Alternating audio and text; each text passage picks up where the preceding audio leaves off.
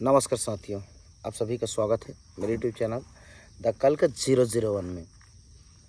साथियों, इस वीडियो में कल एक मैंने किसी के मन में एक शंका भी पैदा किया और जो दिलासा देना चाहिए था वो दिलासा नहीं दिया। क्या है, मेरे कल वरिष्ठ स्टाफ हैं, उन्होंने हाई कोर्ट में रिट पिटीशन डाला था और इस संबंध में उन्होंने मुझे जानकारी चाहा, पूछा, लेकिन उनका रिट पिटीशन 2019 का है, ठीक है, और अभी चल रहा है 2024, तो 2019 का है और 2024 का। तो वो बोला देखो प्रोसीजर कुछ आगे बढ़ नहीं रहा है। ओके, मेरे से वरिष्ठ स्टाफ हैं और फिर एक रिट पिटीशन डाला एक और उसी केस के रिलेटेड संबंधित के लिए, तो इससे न्याय मिलेगा बोला। तो मैंने बोला कि ठीक है, आपका सोच है। देखो, न्याय मेन, अब इसी की बात करेंगे, न्याय, जस्टिस। क्या है न्याय आज की परिस्थिति में, आज की परिवेश में, कि आप लोगों के साथ क्या न्याय हो रहा है, क्या है आपकी संस्कृति, आपकी परंपरा न्याय की। आपने रिसेंट एक न्यूज़ काफ़ी देखा सुना होगा कि जो अभी जो रिसेंट के जो चीफ जस्टिस ऑफ इंडिया है वो 10-11 नंबर के रिटायर होने वाले हैं और खन्ना जी नए जस्टिस बनेंगे। और जो सीजेआई जो है डीवाई चंद्रचूड़, इन्होंने जो आर्ट गैलरी है, जो स्टडी गैलरी है जजों के लिए, वहाँ में जो न्याय की देवी है, जिसके आँखों में पट्टी बंधी रहती है, जिस महिला को न्याय की देवी का बताया गया कि उनके द्वारा ये वेस्टर्न, जो पश्चिमी सभ्यता का पोशाक है, पश्चिमी विमन है, महिला है, बताया गया, एवं इनकी आंखों में पट्टी बंधी है, तो न्याय कैसे करेगा। उसकी आंखों की पट्टी बाहर को कराया गया और भारतीय साड़ी वेशभूषा में उसको दिखाया गया, ये काफ़ी चर्चा का विषय रहा, न्याय की मूर्ति। तो देखो, एक चीज़ इसी पे मैं बात करूँगा। पहली बात देखिए, हमारी भारतीय सभ्यता, हमारी भारतीय संस्कृति और जो वेस्टर्न सभ्यता, वेस्टर्न संस्कृति, कि इनमें न्याय की देवी को पश्चिमी सभ्यता का बताया, तो क्या वो जस्टिस नहीं है।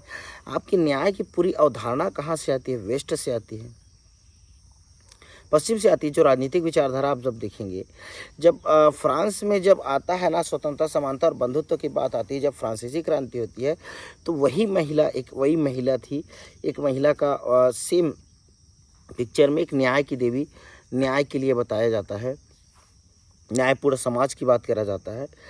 तो ये वही वेस्टर्न से ही, जो न्याय की अवधारणा है, जो न्याय सिद्धांत देखते हैं, तो वेस्टर्न से ही आया है। तो इसमें कोई आपत्ति नहीं है। भारतीय विमन का एक साड़ी में देखो, न्याय ये बोलते हैं ना, न्याय बस होना नहीं चाहिए, न्याय होते दिखना भी चाहिए ना, ये है, लगना चाहिए लोगों को न्याय हुआ। देखो, एक व्यक्ति, एक छोटा कर्मचारी, छोटा एम्प्लॉय, 2019 से इसका रेट पिटीशन चल रहा है, 2024 तक कोई हियरिंग नहीं हुई और वह किसी भी तरीके से शासन प्रशासन गवर्नमेंट से वो प्रताड़ित हुआ है, तो वो तो फिर वही है ना, क्या कहा जाता है, justice delays is justice denied. न्याय मिलने में देरी होना न्याय ना मिलने के बराबर है, ये है। ये डायरेक्ट प्रैक्टिकल अनुभव, इस पर हम बात करेंगे कि आज इसी से क्रिटिसिज्म करके बहुत सारे ऐसे केसेस हैं पेंडिंग पड़े हैं, जो बहुत सारे जो ऐसे वाद हैं, बहुत सारे इश्यूज हैं जिसको जो हमारे, और देखो यहाँ भी नेफ्यूज में चल रहा है परिवारवाद, भाई भतीजावाद, जो कोर्ट में जो जितने भी चीफ जस्टिस ऑफ इंडिया बोलते हैं, पहले former chief justice of India थे, उन्हीं के पुत्र हैं अभी के जो रिसेंट के चीफ जस्टिस ऑफ इंडिया, जो 1975, 74, 76 के टाइम में थे, उन्हीं के पुत्र हैं ये भी चीफ जस्टिस ऑफ इंडिया। तो वही है कि जैसे आपके यहाँ क्या होता है कि नेता का बेटा नेता, बिजनेसमैन व्यापारी का बेटा व्यापारी, अभिनेता एक्टर का बेटा एक्टर, और जज का बेटा जज, समझ रहे। तो जो बड़े, जो क्या बोला, ये लोग वंश के आधार पर हर एक चीज़ों को बना लिए हैं, वो ये उस न्याय अवधारणा के बिल्कुल विपरीत है। तो ये लोग कहाँ आपको न्याय देंगे? क्या ये न्याय मिलेगा? इससे नहीं होगा। देखो क्या होता है ना, हमने हमेशा बात करते हैं कि जो गीता में क्या कहे कि चतुर्वर्ण्यम मया सृष्टम गुण कर्म विभागश, कि चार वर्ण मैंने बनाया और गुण कर्मों के आधार पर बांटा। उस गीता में श्री कृष्ण ने कहा कि गुण कर्मों के आधार पे हमने बनाया और 4 वर्ण ब्राह्मण क्षत्रिय शूद्र वैसे मैं बनाया कि कोई महाज्ञानी है, महाबुद्धि है, गुरुकुल में शिक्षा पाया, धर्म गुरु बना, ज्ञान विवेक से वेद शास्त्र पुराणों का अध्ययन किया और विवेक से नए नए तर्क से नए वेद शास्त्र पुराण भी और उद्धरित कर सकता है, उतना ही रट के नहीं कि हम बोलते हैं ना रटंती विद्या खुदंती पानी, कि पानी रटने वाला ज्ञान कुछ नहीं है। कि आप स्मृति पटल में पहले रखते थे ना, वेद शास्त्र पुराण को रट के अगले को सुनाया जाता था, तो वो उसके बाद लेखन की कला आई, ताड़पत्र में लिखे लोग, ये है। लेकिन नया आविष्कार इनोवेशन भी होना चाहिए, परिस्थिति के अनुरूप नए वेद शास्त्र पुराण भी होना चाहिए, नए सिद्धांत भी होने चाहिए। तो वो बनेंगे जो ब्राह्मण, जो महायोद्धा क्षत्रिय अखाड़े में जाके सुबह से लेकर शाम तक और हमेशा परिश्रम करके वो सेनापति बनता है, वो सेनापति जो 2 का 4, 4 का 8 गुणा गणित करके वो बड़ी। और इन सबों में जिनमें ये भी कुकर्म नहीं था, बहुत बेस्ट कर्म था कि जो कृषि काम करेगा, गौ पालक मवेशी पालक करेगा, वो शूद्र था। लेकिन इनको रिफॉर्मेशन की बात थी ऋग्वेदिक इरा में, ऋग्वेदिक काल में, कि आपने जन्म किसी भी वर्ण में लिया हो, आप कर्म से सुधार कर कर्म के आधार पर नए वर्ण बना सकते थे, क्योंकि कर्मों के आधार पर था बटांकन। लेकिन ये आफ्टर वैदिक पीरियड आता है, उत्तर वैदिक काल में क्या होता है कि इसको क्या बता दिया, देखो पहले कर्म के आधार पर था, इसको जन्म के आधार पर बना दिया। क्योंकि जो प्राधान्यता है, जो हेजेमनी वर्चस्वता, एक समाज, एक सोसाइटी, एक जाति वर्ग और एक कास्ट वर्ग के सबको जितने जितने बनाया है उनको बनी रहे। ब्राह्मण अपने जाति वर्ग के लिए, अपने कास्ट के लिए, अपने पुत्रों के लिए, चाहे वो मूर्ख ही क्यों ना हो, उसको ब्राह्मण ही बनाना चाह रहा है, तो इसलिए क्या करेगा, वो जन्म के आधार पर वर्ण बना दिया।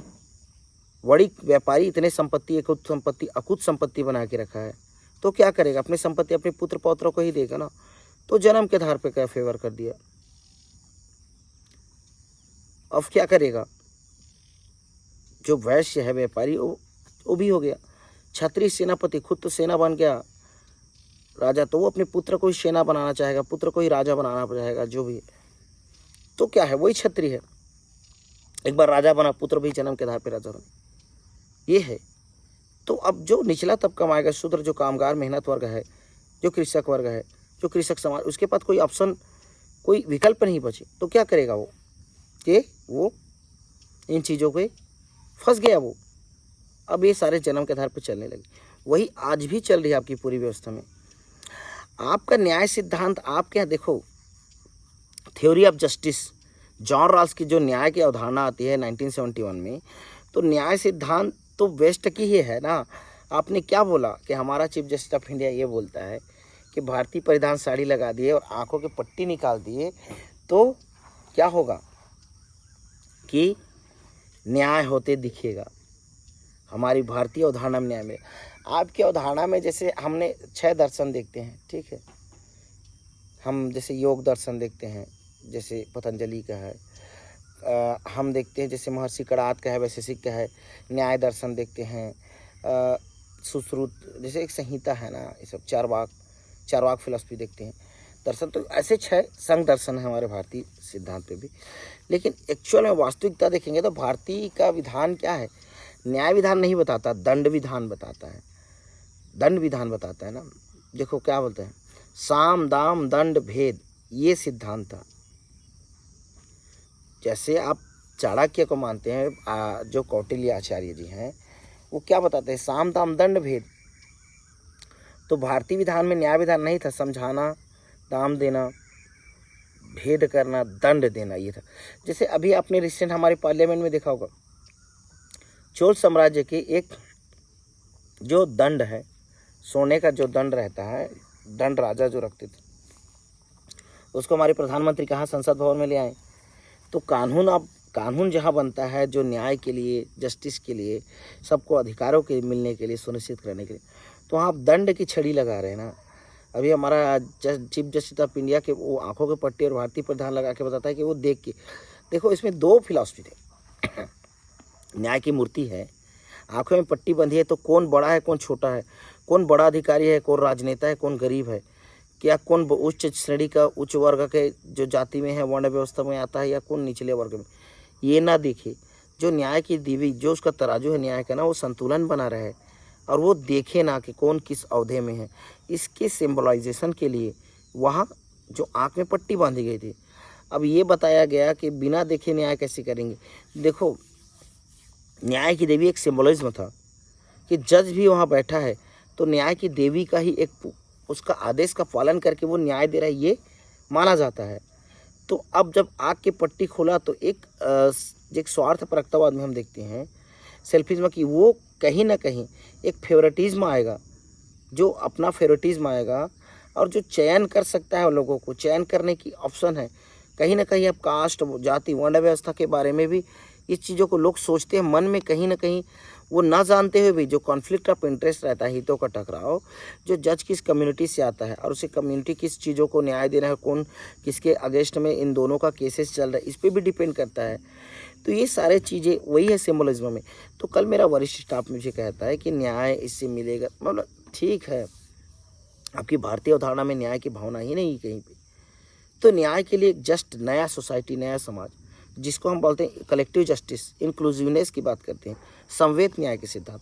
अब परिस्थितियां, अवधारणा अब ऐसी आ गई हैं, जो आज की जो परिस्थिति है कि न्याय के लिए एक नई फिलॉसफी, नई अवधारणा की आवश्यकता है। हमने पूरी इस पे लिखा है, मैंने पूरे बुक लिखा है इस पे, समवेत न्याय का सिद्धांत, कि किस तरीके से एक होता है डॉग, जिसको डॉग जस्टिस, जिसको स्वान न्याय कहते हैं, कि एक चरित्रवान होता है, चरित्रिक लोग, न्याय भीड़ द्वारा न्याय, मोबोक्रेसी, ये प्रोटिपेगेंडा, इन सब से इसी की तरह न्याय में भी चल रहा है इंडिया। जबकि हमें एक समवेत न्याय में, हमें एक कलेक्टिव जस्टिस, इंक्लूसिव जस्टिस की बात हमें आवश्यकता है। हमने इसे पूर्व वीडियो में बात करा है और एक एक का भी एक्सप्लेनेशन करते हैं, व्याख्या, और एक जस्ट एक कोई नए टॉपिक या इशू आ जाते हैं तो उस पर हम भी बात करते हैं। इसलिए ये बात कर रहे हैं कि आपके यहाँ न्याय की जो अवधारणा ही वेस्ट से आई है, ठीक है, न्याय सिद्धांत वेस्ट से आया है, थ्योरी ऑफ जस्टिस से लेकर प्लेटो का न्याय सिद्धांत।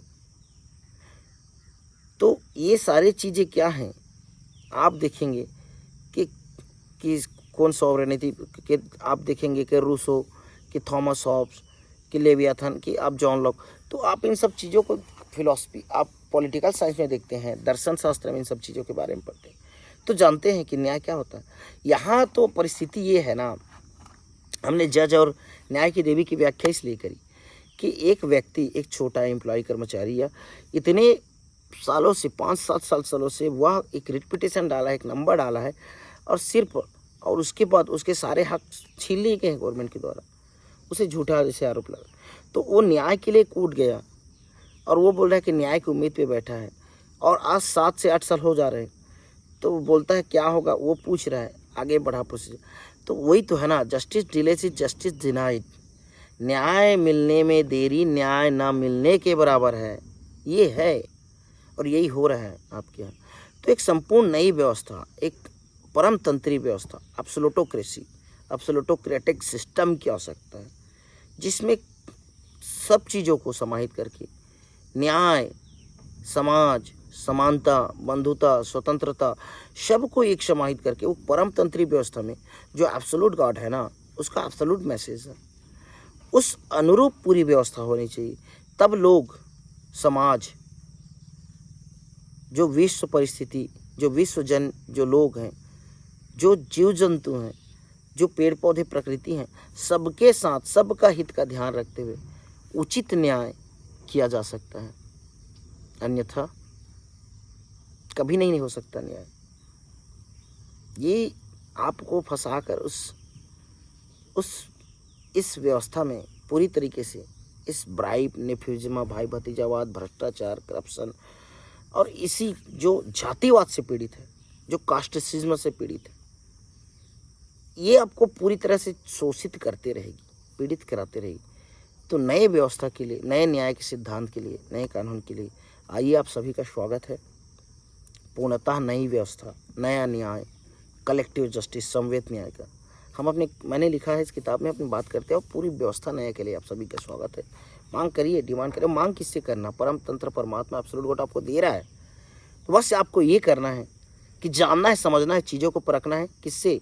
सुकरात ने कहा था, तर्क विद्या से, डायलेक्टिक से, ज्ञान विवेक से, वाद प्रतिवाद फिर संवाद। देखो, वाद प्रतिवाद फिर क्या आता है? संवाद।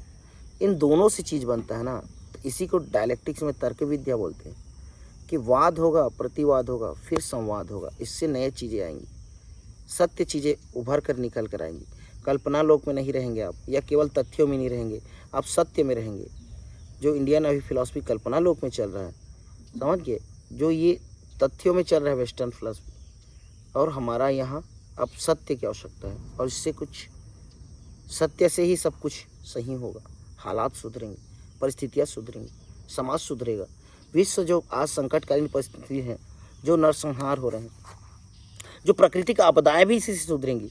क्योंकि आप ऐसे कृत्य करना छोड़ दोगे, शोषण करना प्रकृति का, किसी का भी शोषण करना छोड़ दोगे, तो परमात्मा आपको धन देगा ही नहीं, प्रकृति आपको धन देगा ही नहीं। और आपके जलवायु परिवर्तन, ग्लोबल वार्मिंग जैसी सारी समस्याएं से अपनी निजात मिलेगा।